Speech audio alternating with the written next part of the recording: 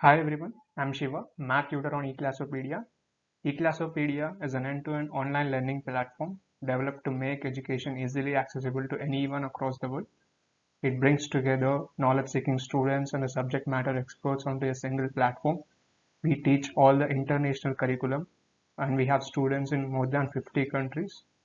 Our multidisciplinary courses provide subject and topic-based live sessions, courses in tandem with different entrance examinations, and extracurricular activities. In this video, we will discuss about the small topic called calculus.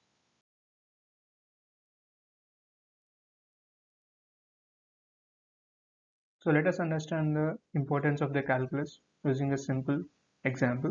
So there is something called a method of exhaustion, which is a Greek method, and it is used to find the areas of different shapes. Let's consider a shape in this figure. So you can see that this is a polygon with many number of sides, and let's say we have to find the area of this polygon. So it will be difficult for us to find the area directly. So what do? We divide the entire figure into different set of triangles. And once we divide it into triangles, we can find the area of each individual triangle. Let's call them A1, A2, A3, A4, A5. And if you add all of them at the end, that will give us the total area of the polygon. So this method works fine as long as we have a polygon. What about if we have a circle or for that matter any curved figure? You can't divide that into like a triangle or many polygons. But if you can see, the first circle or the first figure has a triangle inscribed in it. So let's say we find the area and we call it as A1. In the second case, instead of a triangle, I'm choosing a square. So let's call it as A4 because it has 4 sides. Here also let's put it as A3. So can I say A4 will be more closer to the actual area of the circle than A3 because less amount of area is outside the square in the circle. And as you move on by adding more number of sides for the polygon, your value is becoming more closer to the area of the circle. So you can see that when the polygon has 12 sides, its value is more accurate than the A3, right? So because very less amount of area is outside that polygon inside the circle. So as n approaches a very high value, that high value can be represented as something called infinity. So infinity is a very high value. So let's say n is approaching a very high value. So when n approaches the very high value, the area of that polygon measured will be very close or almost equal to the actual area of the circle. So this is the notation we use to represent this. So the total area of the circle is equal to limit n approaching a very high value which is represented as infinity, and if you find the area of that polygon with n sides, that is going to be the area of the actual figure. Okay, so that's how the limit concept helps us. So in the previous example we saw how the limit concept is used to find the area of a curved figure, but if you remember we discussed that calculus is a branch of mathematics that studies about the change. So let's see what it exactly means. So here in this figure, you can see that there is a straight line equation with a positive slope. And let's say we had to find the gradient of this straight line. So it's a straightforward thing to find the gradient. You just need to do what? You need to find the rise over run. So you can consider 2 points, any 2 points on the straight line. Let's say I consider this point and this point. So what is the rise between these 2 points? From here to here, it's almost 10 units. So there is a rise of 10 units over what is the run. So the horizontal distance from here to here, let's say it is from 2 to 4, so 2 units. So the gradient of this line is 5 units. What does it mean? For every 1 unit of run, there is 5 units of rise, right? So that's how we find the gradient of a straight line. And you can take any 2 points on this straight line. I can take this extreme and this extreme, and I would still get the gradient as a constant thing because it is having a constant value. But what if I have a curved graph, something like this? So if I have a curved graph, if I take these 2 points, I can see that the rise and run are different from here to here compared to the rise and run that I have from here to here. So there is a different gradient in each part of the graph. So how do I know that? What is the change with respect to the total graph for each part of the graph? I can't do it like this where there is a constant gradient. Here the gradient is constantly changing. So here I had to use the calculus to find what is happening exactly. So let's see how we do that. So let's consider this equation y is equal to f of x. As you can see, it's a curved figure. And let's say we have to find the gradient of this point at the curve P. So you can see that in order to do that, I have drawn a tangent at this point. I guess you know what is a tangent. A tangent is a line that touches the curve at only one point, unlike a secant. A secant is something which touches the curve at two different points. So this is a tangent, and let's see how we use the limiting concept to find the gradient at this point. So now let's move to the next figure. So if you consider this is the same figure y equal to f of x, but instead of drawing a tangent along with it, I'm even drawing a secant which touches the curve at two different points P and Q. So now to find the gradient, we have 2 points PQ, unlike the first case, because in order to find the gradient we need 2 points, and here there was only 1 point on the curve, so I couldn't find the gradient there. But here when it touches at two different points, I can easily find the gradient for the PQ line.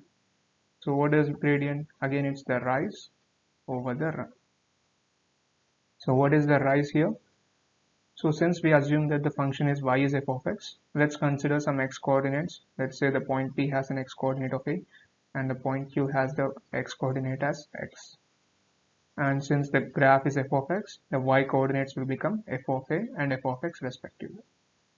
So if these 2 points have these 2 coordinates, the y coordinate difference will be the rise, because this is the point where there is f of a, and this is the point where we have f of x. So the y coordinate difference will be the rise, which is f of x minus f of a. And coming to the run, it is the x coordinate difference. So the distance from here to here is a, and the distance from here to here is x. So what will be this distance? It's the x minus a. So the run is going to be x minus a. So the gradient of the line, secant line PQ, is f of x minus f of a divided by x minus a. That's okay, but we are not interested in finding the gradient of the secant, right? Because we have to just find the gradient at point P. And you can see that this tangent line and the secant line have totally different gradients. How can finding this help us to find the gradient of this tangent? Let's see. So now go to the next figure. Here you can see that there are different secant lines drawn, but the point P is at this point, whereas I'm changing the point Q. So I'm moving this point Q towards Q in each track. So let's say here when we found the gradient of PQ, we got this value. Now if I bring Q closer to P, can I say the gradient of this secant line here is more closer to the gradient of the tangent line compared to the previous one? And if I'm moving this Q point even closer to the point P, you can see that the secant line gradient is more becoming as the tangent line. So when the Q is almost towards P, so to speak generally, if the Q becomes P, that will be the secant becoming the tangent. But in order to find the gradient, we need 2 points. So the Q should not overlap with P, but it should be as much as close to P. So that's why we represent this as Q approaching towards P. So in order to represent that, so we already found the slope of the secant line PQ as f of x minus f of a divided by x minus a. But here we just saw that Q need to approach towards P in order to find the gradient of the tangent line. So that's the representation we use. So we say that the gradient of the tangent line will be equal to limit Q approaching towards P, slope of the secant line PQ. or we can also say it as limit x tends to a. But why limit x tends to a? We are saying that q is approaching towards p. So what does it mean? So q and p are almost coinciding, which means the x coordinate difference, that is the distance between the p and q, is almost going to be 0. So if x minus a is almost going to be 0, what does it mean? That x should almost be close to a, only then x minus a is going to be 0, and only then q is approaching towards p. So that's what we did here. We wrote limit x tends to a, which means x is almost a, and then if you find the gradient of the line PQ, that will be the gradient of the tangent line P. So this method can also be used for different points that are lying on the curve. You just need to, for example, here we took the P as coordinate, so we said that x is moving towards it. So let's say here the x coordinate is B. So in order to find the gradient, what do? You put x tends to B as the limit and find the gradient similarly. So that's how you find the gradient of the curve, which cannot be found normally like a straight line. So that's how this limiting concept is helpful to us. So now let's do a small problem in the functions topic. So let's say a graph of the function f of x is given, and we need to answer the question, find the values of f of 1 and f of 5. So since this is the graph of y is equal to f of x, in order to find the value of f of 1, we need to put x as 1. So when x is 1, what is the value of the function? You just need to see where this point is having the y coordinate. So you can see the y coordinate is 3 here. So the value of f of 1 here would be equal to 3. So similarly, try to find the f of y in this graph using the same concept and try to answer it in the comments.